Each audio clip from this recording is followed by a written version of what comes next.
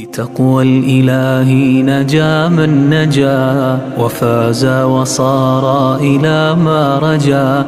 ومن يتق الله يجعل له كما قال من أمره مخرجا، ويرزقه من حيث لا يحتسب، وإن ضاق أمر به فرجا.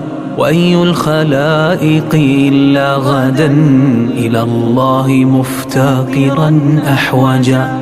فبالله فاستغن عن خلقه، فلا نفع من غيره يرتجى.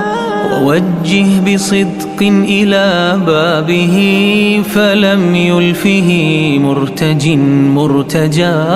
إليه التجئ وارتجي، إنه هو المرتجى وهو الملتجى.